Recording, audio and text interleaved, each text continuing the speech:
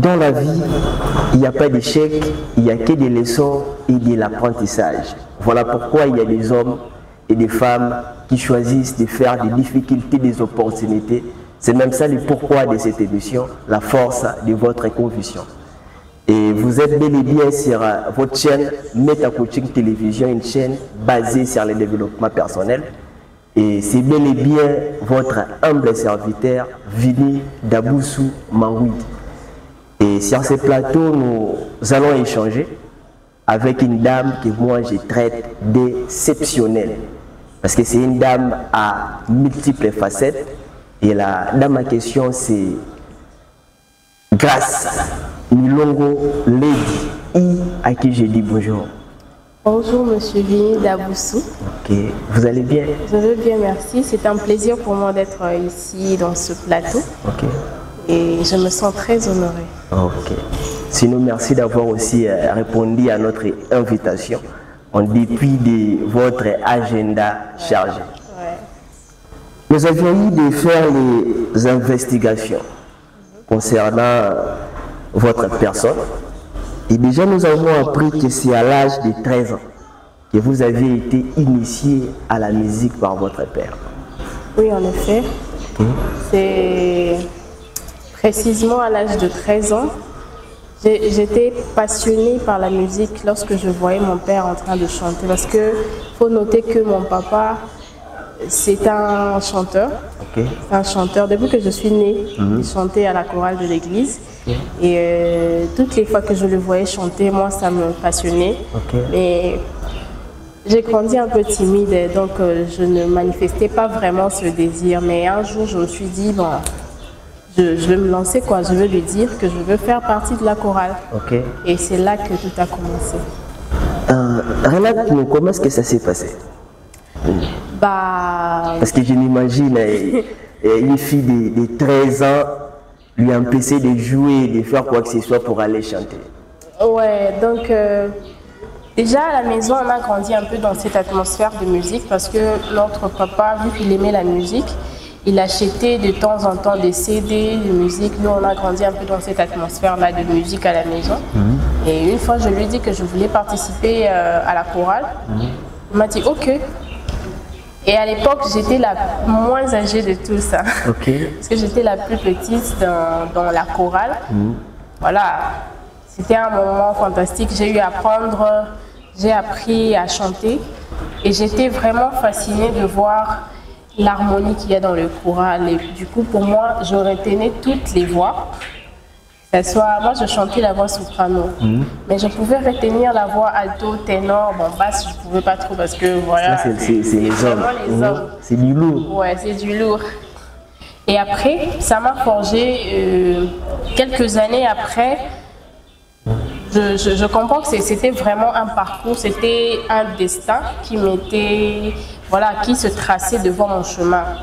Parce qu'après, j'ai eu à diriger la chorale de l'église. C'est moi qui avais vraiment pris le relais. J'étais devenue coordonnatrice de la chorale. Okay. Et vu que j'avais cette notion de alto, soprano et tout, j'apprenais aux autres comment chanter dans différentes voix. Je suis passée de la chorale à l'orchestre. Okay. Voilà. Mais juste avant de continuer, ensemble avec mon équipe, nous avions prévu un portrait pour vous. Que nous allons inviter aux téléspectateurs de mieux connaître ce qui Grace Milongo Lady.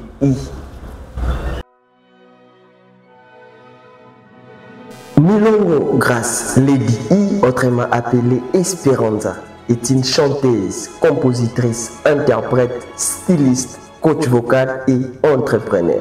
Initiée dans la musique à l'âge de 13 ans par son père, après plusieurs années de travail intense, elle s'est fait déjà remarquer par son passage à The Voice Afrique francophone. Allez les coachs, allez, vous hésitez, pourquoi hésitez-vous?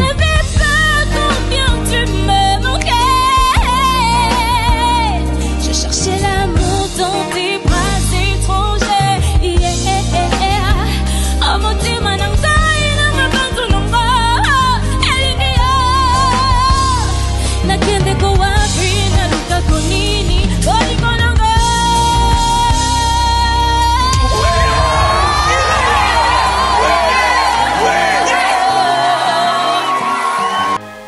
confectionne des tenues avec des empreintes et des tissus africains avec sa marque de vêtements Esperanza Collection. Esperanza Collection est une entreprise de mode africain basée à Kinshasa, spécialisée dans la confection et la vente de vêtements sur mesure et accessoires avec une touche et une esthétique africaine tradimoderne pour hommes et femmes. Comme vous venez très bien de suivre ces portraits concernant la personne de Grace Milongo Lady I, et ensemble avec moi vous aviez compris que c'est une chanteuse, compositrice, coach vocal, mais aussi entrepreneur. Mais vu le temps qui nous est donné, parce que la télé c'est aussi le temps, nous ne serons pas exploiter tout, mais au moins nous allons faire un effort de nous attarder sur les grandes lignes. Grace Milongo, comment vous avez fait pour vous adapter à cet environnement de la musique qui ne vous était pas familière? Est-ce que vous étiez à la maison et puis après avoir été initié, il n'y a pas longtemps que vous m'aviez dit, vous étiez directement coordonnatrice.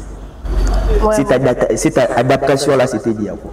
Je pense que c'était dû au fait que j'appréciais ce que je voyais, j'appréciais ce que j'apprenais. Okay. J'appréciais le fait d'être ensemble avec d'autres musiciens, d'autres choristes. J'appréciais ça. Je trouvais cette symbiose-là vraiment fantastique. Okay. Du coup, je me suis vraiment plu à être dans cette casquette, dans cet environnement de la musique. Et c'est ça d'ailleurs qui a permis à ce que je puisse évoluer aussi avec cette passion. Okay. Voilà, la musique pour moi, je définirais ça comme étant une passion. Voilà, c'est vite devenu une passion, vu le fait de côtoyer les personnes, les passionnés de la musique. Et du coup, c'était aussi devenu une passion pour moi. À l'école, parce que personnellement, je ne suis pas musicien, mais à l'école, nous avions appris que la musique est l'art de combiner les sons d'une manière à les rendre agréables à l'oreille. Ouais. Et partant de là où vous aviez commencé, jusqu'à ici, s'il faudra vraiment définir la musique avec votre propre expérience. Avec ma propre expérience, il faudrait définir la musique. La musique, pour moi, c'est une passion. C'est un moment d'échange, c'est un moment de partage de ce que l'on a à l'intérieur. C'est comme si on avait quelque chose à donner aux autres. Quelque chose, un moment de plaisir, quoi. De passer un moment de plaisir avec les autres, mais aussi de façon agréable, comme vous l'avez dit. Parce que lorsque ça devient désagréable, c'est compliqué. Vraiment, il faudrait rendre le son agréable à l'oreille et faire passer du bon moment aux personnes qui vous écoutent, aux auditeurs, le public, les fans. Okay. Ouais. Qu'est-ce qui ça vous apporte, la musique, quand vous chantez, quand vous faites face au public? Ça te fait comment? Un sentiment de bien-être. Okay. Ouais. C'est vraiment une chose pour laquelle je suis faite. Je suis venue sur cette terre pour chanter. Okay. Ouais, chaque personne a une mission sur cette terre. Spécifique. Une mission spécifique et un travail spécifique qu'il doit effectuer sur la terre. Et parmi les missions que moi je dois faire sur cette terre, c'est aussi chanter. Okay. Ça fait partie de moi, c'est mon être. Je ne peux pas vivre sans pour autant chanter. Okay. C'est une partie de moi. C'est vraiment toute ma vie, quoi. Ici, nous parlons de la force de votre conviction. Déjà là, il t'est déjà arrivé à une situation où tu t'es dit qu'ici, je vais arrêter par rapport à la musique. Et ça t'a dérangé mentalement et tout, tu t'es dit, bon, aujourd'hui, là, j'arrête. Tu as déjà fait face à ça? Oui. Oui, ça arrive. Je pense que à un certain moment de la vie de toute personne, en tout cas de la majorité des personnes, ça arrive que tu te sentes découragé. Que tu te sentes découragé, que tu te dises, est-ce que vraiment je suis sur le bon chemin? Est-ce que je suis en train de bien faire? Est-ce que ça va réussir? Est-ce que ça va marcher? Je pense qu'à un certain niveau, ça nous arrive tous de ressentir cela. Moi, ça m'est arrivé. Et je pense que c'était en 2019. lorsque j'avais vraiment commencé à côtoyer les grandes scènes. Lorsque je commençais à côtoyer les grandes scènes, et une fois j'ai vu l'annonce sur The Voice Afrique francophone. Nous allons y arriver. Yeah. Il y a même une question prévue pour ça. Donc, si je n'avais pas cette conviction en moi que je pouvais faire quelque chose, je n'allais pas postuler. Parce que j'étais d'ailleurs découragée par d'autres personnes autour de moi. Qui me disaient, t'es pas encore à la hauteur, t'as pas encore le niveau. Beaucoup pâté. Ouais. Mais je me suis dit, bon, je n'ai rien à perdre, il faut essayer. J'ai postulé et Dieu merci, j'ai été retenue. Ouais, j'ai été retenue. Donc je me suis dit, parmi les plus de 800 vidéos qui étaient envoyées, on a retenu, je crois, 200. Et j'ai été parmi les 200. Je me suis dit, donc, il n'y a pas de raison pour moi de m'arrêter. Si ces personnes estiment que je suis capable, j'ai été sélectionnée, ça veut dire que je peux encore aller plus loin. Et du coup, ça m'a donné un peu plus de la force de continuer. Comme je disais tantôt, parlant de The Voice Africa, nous allons y arriver. Et qu'est-ce qui te rend fière aujourd'hui, tant que chanteuse? Ce qui me rend fière. Ce qui me rend fière déjà, c'est le fait que j'ai eu à participer à cette grande aventure, le fait que j'ai eu à faire des collaborations avec des grands artistes dans mon pays. Notamment Yenga, c'est l'une des grandes chanteuses. J'ai eu à chanter aussi avec le grand Mopao, Kofi Olomide, dans une des manifestations. C'était un plaisir pour moi. J'ai rencontré des musiciens comme Alèche, des personnes qui ont aussi apprécié mon talent. Pour moi, c'est une fierté. J'ai eu aussi à prester devant des publics comme le secrétaire d'État des États-Unis d'Amérique. Lors de sa visite ici à Kinshasa, il était avec Mutombodi Kembe. Donc c'était une grande activité et moi personnellement, c'était un plaisir pour moi, c'était un honneur de pouvoir prester. C'est parmi les choses qui me rendent fière. J'ai eu à côtoyer les grandes scènes, à jouer dans de grands événements de la ville, à participer dans de grands festivals de mon pays. Par exemple, le festival Kinshasa Jazz, j'ai eu à participer dans plusieurs éditions de ces événements. Et aussi, ce qui me rend le plus fière aussi, c'est que la chanson que j'ai interprétée, la chanson d'un artiste, Tyson Meya, la chanson Kivu, a été nominée dans les Grammy Awards. Donc c'est vraiment une fierté. Voilà, je me dis que je suis en train de tracer mon chemin petit à petit et Dieu aidant, ça va aller. Dire ainsi. Parlant de ton passage à The Voice Afrique francophone, c'est quoi, qu'est-ce que tu as retenu par rapport à ton passage là-bas? Ce que j'ai retenu, c'est que la vie est un challenge et la carrière musicale aussi est un challenge. C'était vraiment un honneur de rencontrer des musiciens très talentueux de l'Afrique. Il faut dire que l'Afrique regorge de beaucoup de talents, surtout sur le plan musical. J'ai rencontré des chanteurs exceptionnels. Et voilà, c'était un challenge pour moi de pouvoir aussi côtoyer ces personnes, de voir un peu les différences culturelles que nous avons. Ça, c'est quelque chose que j'ai appris, c'est quelque chose qui m'a vraiment aidé dans ce parcours de The Voice. Et puis, le fait de travailler avec de grands coachs comme Lokwa Kanza, Charlotte Ipanda, Hiro et tous les autres, c'est vraiment un apprentissage. C'est un apprentissage, ce sont des challenges et c'est un parcours. Ouais. En tant que musicien, je pense qu'il faut passer dans certaines étapes aussi pour grandir. Ouais. Lorsque vous êtes confronté à des compétitions comme The Voice, vous n'êtes pas seulement en train d'exposer votre talent, mais aussi vous êtes en train d'apprendre, d'acquérir des connaissances d'autres personnes. Parce que lorsque vous donnez, ce sont les autres personnes qui vous regardent.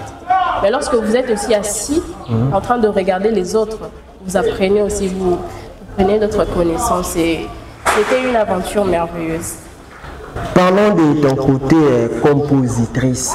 C'est quoi ta source d'inspiration? Parce que tu venais de parler de la chanson Kivu, que j'ai pris aussi le temps d'écouter. C'est chanté en Swahili. Ok. C'était quoi le message que tu avais voulu vraiment passer? Kivu, c'est la chanson d'un grand pianiste congolais, il s'appelle Tyson Meya. C'est lui qui a écrit la chanson. Ouais. Donc moi j'ai écrit la chanson Shy. Nous allons aussi parler de ça. La chanson Kivu, je l'ai interprétée. Ça parle du Congo en général, ça parle de l'Est du pays. Vous savez, comme moi, qu'il y a depuis des décennies, qu'il y a des massacres qui se font à l'Est du pays. Donc, dans la chanson, nous disons que le Congo est béni de Dieu. Le Congo a beaucoup de ressources. Et malheureusement, ces ressources sont convoitées ailleurs. Raison pour laquelle vous voyez qu'il y a des guerres, il y a des massacres, il y a des tueries de ce côté-là. Et c'est une chanson d'espoir. Pour redonner l'espoir aux Congolais, dans cette chanson, nous voulons encourager les gens, nous voulons donner de l'espoir aux Congolais pour dire que les terres du Congo c'est pour le Congo. Ouais, la terre, comme on dit toujours que le Congo est un et indivisible. Et nous donnons l'espoir à ces personnes-là qui subissent des massacres que tôt ou tard, nous allons vaincre parce que le Congo ne sera jamais divisé. Ok.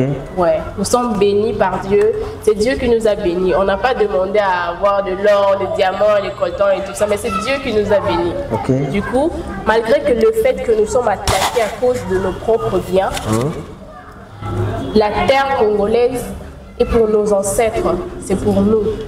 Donc peu importe le sang qui va couler, le pays est à nous. Okay. Voilà. En fait, en écoutant la chanson Kivu ainsi que Shy, je me suis dit, mais grâce à un gars, on a plus de risques. Pourquoi? Parce que déjà, la musique, voilà. C'est déjà la musique où ce qu'il faut qu'on ait un mot précis et puis clair. Aux hommes même pas tater ou la la musique c'est une minorité qui s'intéresser là.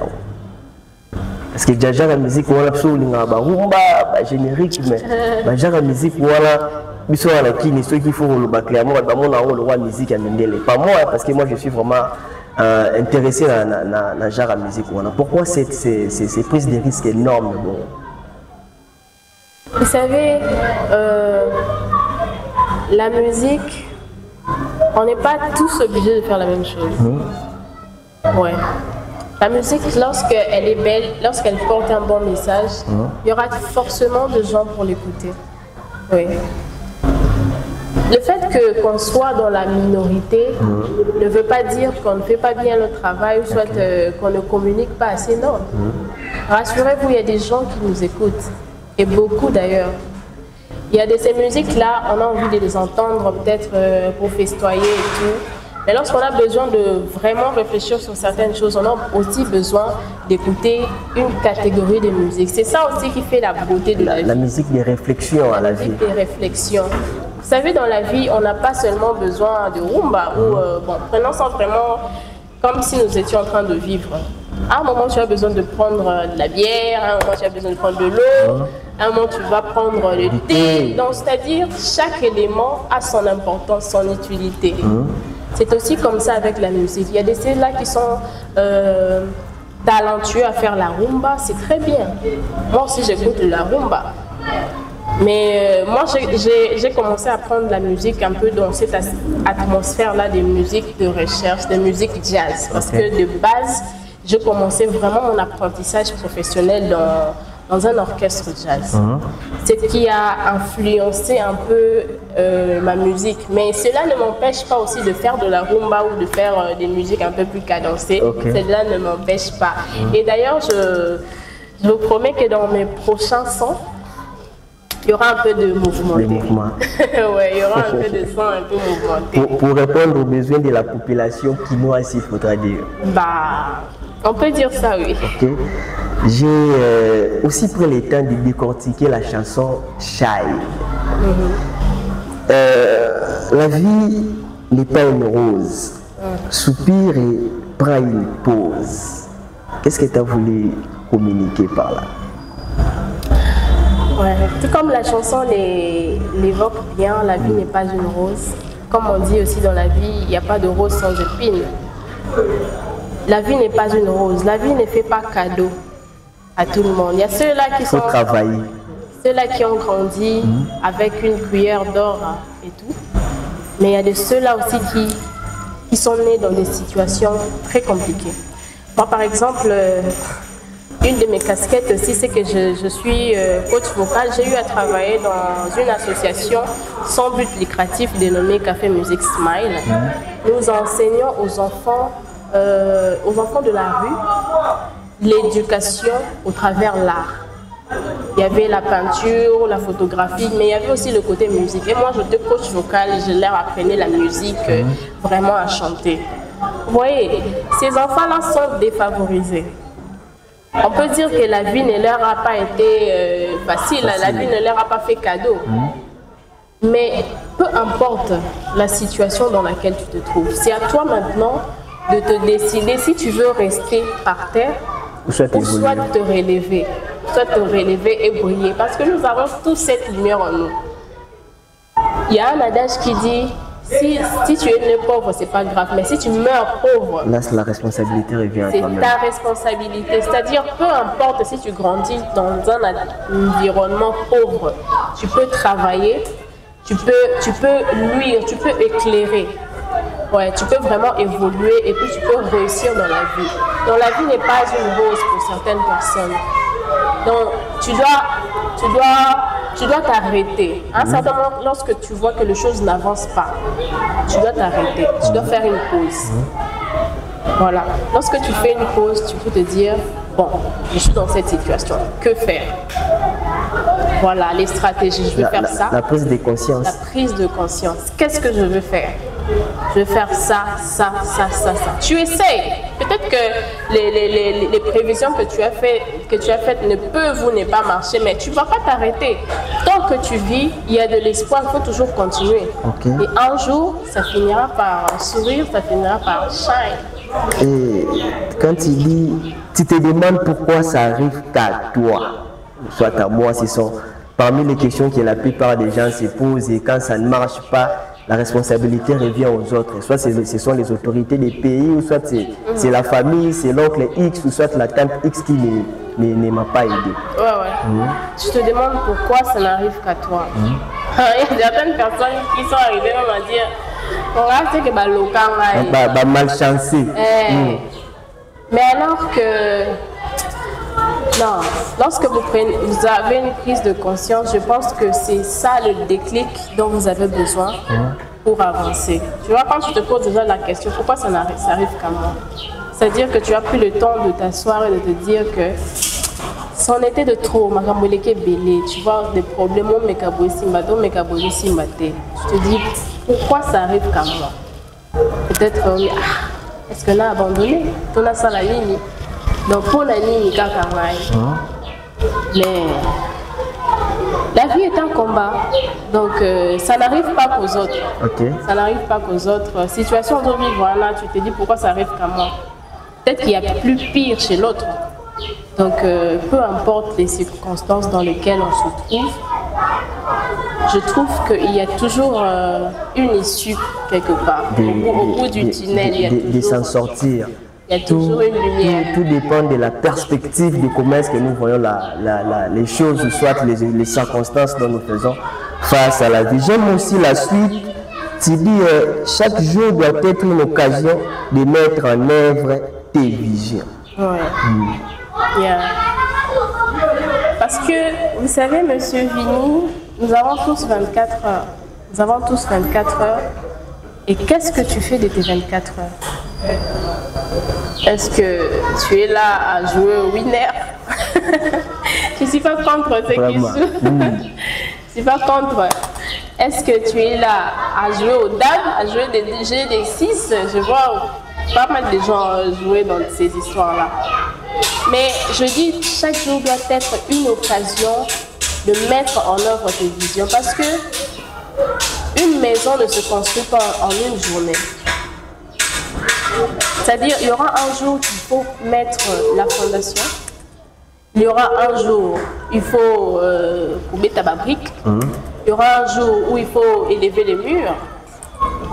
Et c'est dans les 24 heures que vous avez que vous devez chaque jour minutieusement faire une action qui vous amène au résultat escompté. Ok. La suite s'il dit encore, brille comme une étoile dans le ciel, brille comme le soleil. Ouais. Ouais. Parce que je suis convaincue que nous sommes des étoiles. Nous avons des étoiles. Vous savez, dans la vie, on dit toujours, étoile. C'est-à-dire, nous sommes des luminaires, nous sommes des étoiles. Alors, ton étoile, lorsque ça ne brille pas assez, tu dois travailler en sorte que cette étoile puisse briller. Vois-tu? Ouais. Donc, tu dois travailler pour briller comme une étoile, pour briller comme un soleil. Donc, on dit, dans l'étoile, ma cassie. Donc, c'est-à-dire, dans le monde spirituel, les gens qui sont spirituels, ils savent voir. Okay. On sait qu'on ne peut pas s'approcher. Parce que le soleil, on ne peut pas s'approcher n'importe comment, on dit Rosika. Les appels à Batum Soussou, soit travailler pour l'étoile, n'a peli. Pour pousser à l'intérieur Rosika. Donc, pour travailler, toi, c'est juste une façon de prendre conscience et puis d'exploiter tout ce que nous avons comme potentialité. Exactement. Ok. Ouais. Et puis, la carte, ça me dit, place où on discute les vraiment coup de guerre. Souviens-toi que le diamant a plusieurs cassires. Et toutes ces cassires sont celles qui font toute sa valeur. C'est très fort ça. Je me rappelle. Ça dit tellement beaucoup de choses. Je me rappelle une dame, lorsque je travaillais encore, je travaille toujours, mais lorsqu'on avait vraiment des activités régulières dans le Café Music Smile, il y a une dame, Yewande, je me rappelle son nom, elle m'avait inspirée par cette illustration du diamant qu'elle avait donné. Vous savez, moi je ne suis pas diamantifère, je ne sais pas trop comment ça se passe, mais elle nous a quand même donné l'exemple de comment le diamant, comment se fait les traitements du diamant. Elle dit les diamants au départ, ça ne brille pas assez, c'est comme ça provient de charbon et puis ça doit subir beaucoup de traitements. Vous voyez, est-ce que ce mon diamant lisse, boule, forme. En fait, et subir traitement, moi, ma casse. Mon traitement, on a ma casse, on a pas comme un diamant, on doit apprécier, on a ma courbe, c'est ça représente le parcours ou sinon un parcours douloureux. Vous savez, les parcours, quand vous parcourez un parcours douloureux, c'est comme si ça laisse des marques, des empreintes dans votre vie. C'est ça même qui est le moteur de votre succès. Mon moto a fani bazou rebelle nzala soit vous voulez on a mettre en place entreprise na projet na possible à différents moto aller na bien ndako na bango non ça projet lobby non ça mais moto on a donc à subir banzala peut-être un sika yo la té donc makambo ebele wana ezalo ka ba marque on a na kati ya diamant dans le traitement le processus pour que abîme. On doit aller à Demandez beaucoup de gens qui ont réussi dans la vie, vont vous dire leur histoire. Je suis passé par ça, je suis passé par ça, je suis passé par ça. J'ai même aimé l'illustration, il y a Magic System, parce que lui il est dans la musique. Sa chanson qui a fait un carton, Premier Gao. Non, mais il faut voir son histoire lorsqu'il raconte comment. Je l'ai suivi une fois. Oui. Donc vous comprenez. C'est vraiment dans le moment le plus sombre que vous vous construisez. Et lorsque vous allez briller, vous devenez un modèle pour les autres parce que vous êtes passé dans des circonstances difficiles qui vous ont forgé à devenir cette étoile que vous êtes. Donc lorsqu'on n'a pas, on n'est pas passé par des choses qui nous ont vraiment bougé la tête, on ne saura pas vraiment exprimer... comment je peux dire, on ne saura pas vraiment exprimer inspirer les autres par rapport et motiver les autres qui sont dans des circonstances difficiles. On va les motiver en disant que moi, je suis passée par ça, mais je continué de travailler, j'ai gardé espoir et aujourd'hui, je suis là. Ok. Voilà. Et par rapport à tout ça, maintenant, c'est quoi la source de ton inspiration? Soit c'est quoi cette circonstance que tu as vécue et puis ça t'a permis d'écrire des chansons et ça vraiment profondes? Tu peux le bébé. Ouais. Voilà, chacun a son histoire, Okay. chacun a son histoire. Moi, personnellement, En 2 ou 3 livres. personnellement, je n'ai pas grandi avec ma mère déjà. Ok. Et à l'âge où j'avais plus besoin de mon papa, il n'était pas là aussi. Bon, il ne sait pas qu'il est mort, il est là, mais il s'était déplacé. Ok. Du coup, je devais apprendre certaines choses par moi-même. Et je suis passée par des difficultés que je ne vais pas tout énoncer ici. Mais je pense que par mon désir aussi d'apprendre, mon désir d'apprendre par-ci, par-là, pour comprendre le sens de la vie. Ok. Et ce parcours m'a vraiment forgé. Ok. Ouais, ça m'a forgé. Et je pense que dans une autre émission, on aura le temps de beaucoup s'attarder plus, de parler sur ça. s'attarder sur ça. La télé, c'est aussi le temps, mais on me fait signe que nous sommes déjà presque à la fin. Ok. Rapidement, tu peux nous parler d'Esperanza. Déjà, ça signifie quoi, Esperanza? Esperanza d'abord, avant de parler d'Esperanza Collection. Esperanza, c'est aussi un de mes noms, de mes prénoms. Que le nom qu'on m'a donné, c'est le nom de mon homonyme. Vous savez, dans les familles, on vous donne par exemple Daboussou, on commence à vous appeler par le nom de... Ok. Ouais, du coup, c'était Espérance. Je me suis dit, Esperanza, ça sera un peu plus cool avec le métier d'artiste et tout. Ok. Esperanza, ça veut tout simplement dire espérance. Ok. Ouais. Et Esperanza Collection, s'il faudra parler de ça en daily vie, que nous sommes déjà à la Collection, fin. c'est une passion, c'est une marque vestimentaire que j'ai créée. Je suis fondatrice de la marque vestimentaire Esperanza Collection qui est spécialisée dans la confection, la vente, la customisation. C'est vraiment une marque africaine des vêtements et des accessoires tradis modernes. Donc nous avons ce mélange de la traditionnelle et de la modernité. Ok. Donc tout comme cette tenue que j'ai mise, c'est une tenue de Esperanza Collection. Donc il y a le mélange de la tradition, comme les tissus courts, ce sont des tissus traditionnels et de soie, qui sont des tenues, des tissus modernes. Voilà, en quelques phrases, Esperanza Collection, c'est ça. Ok. S'il faudra dédier ton parcours en tant que chanteuse, compositrice, coach vocal, entrepreneur, s'il faudra dédier ça à une personne, ça sera qui la personne? Une seule personne. Une seule personne. Une seule personne. Bah, je dirais Dieu. Dieu est le maître de toutes choses. Dieu est le maître Dieu, il est de suprême. toutes choses. Un être humain. Mais Tu te dis que si j'ai arrivé à faire ça, c'est à cause de lui. Et voilà pourquoi je vais dédier tout mon parcours à cette personne.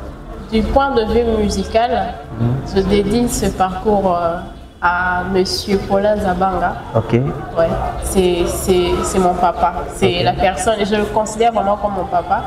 Et cette personne qui a su dénicher le talent d'artiste que j'avais, parce que, faut le dire, avant je chantais seulement à l'église, mais après c'est ce monsieur, c'est ce papa qui m'a découvert, m'a dit que toi, tu vas aller très loin avec ce talent. Je lui dois tout mon parcours. Et je lui dis merci beaucoup de m'avoir déniché. D'avoir déniché ce talent à moi et de m'avoir encouragé à voir grand. Et je sais que par la grâce de Dieu, je vais aller là où je veux et là où il m'a toujours vu. Allez. En une seule phrase, si il faudra motiver ces dons qui sont beaucoup plus penchés dans des problèmes ou soit des difficultés, s'il faudra les motiver, c'est quoi les messages que tu pourrais passer? Tout ce que je pourrais dire, c'est que la vie, c'est une école. La vie, c'est une école. Peu importe quelle situation vous vous retrouvez. Ce n'est pas une fatalité. Entourez-vous de personnes bien et ayez une vision claire de votre vie. Dites-vous que je vais aller par ici. Et si vous travaillez vraiment, vous allez arriver où vous voulez arriver.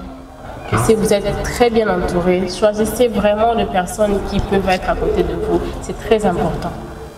Merci beaucoup. Le fait d'être très bien entouré et d'être déterminé, vous allez y arriver même aux choses dont les gens peuvent vous traiter d'incapable. Ça en est fini pour aujourd'hui. C'est un réel plaisir de passer ces moments avec vous et nous vous fixons pour prochainement. Merci beaucoup.